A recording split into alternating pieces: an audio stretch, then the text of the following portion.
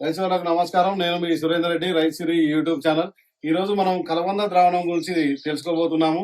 కలబంద 3 కేజీల కలబందను చిన్నగా ముక్కలుగా తరుక్కొని, అదేవిధంగా 1 కేజీ బెల్లాన్ని చిన్న ముక్కలుగా చేసుకొని, 1 లీటర్ నాటు ఆవు పాలను ఈ మూడింటిని కలిపి 10 లీటర్ల నీళ్ళలో మనం కలుపుకోవాలి.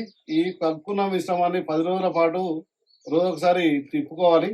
ఈ తిప్పుకున్న తర్వాత 10 రోజుల తర్వాత మనకు ఒక ఘాటైన పుల్లటి వాసన మనకు వస్తుంది.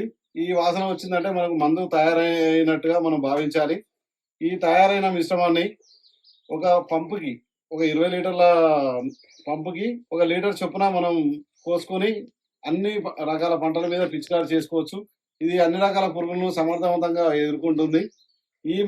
ఈ ద్రావణం వాడడం వల్ల రైతులకు పురుగు మందుల ఖర్చు చాలా ఆదా అవుతుందని ఈ అనుభవాలు చెప్తా ఉన్నాయి. ఈ వీడియో చూసినందుకు అందరికీ ధన్యవాదాలు. ఇటువంటి మరికొన్ని కొత్త సమాచారాలు తెలుసుకునేందుకు మా ఛానల్ను లైక్ చేయండి, షేర్ చేయండి, సబ్స్క్రైబ్ చేయండి.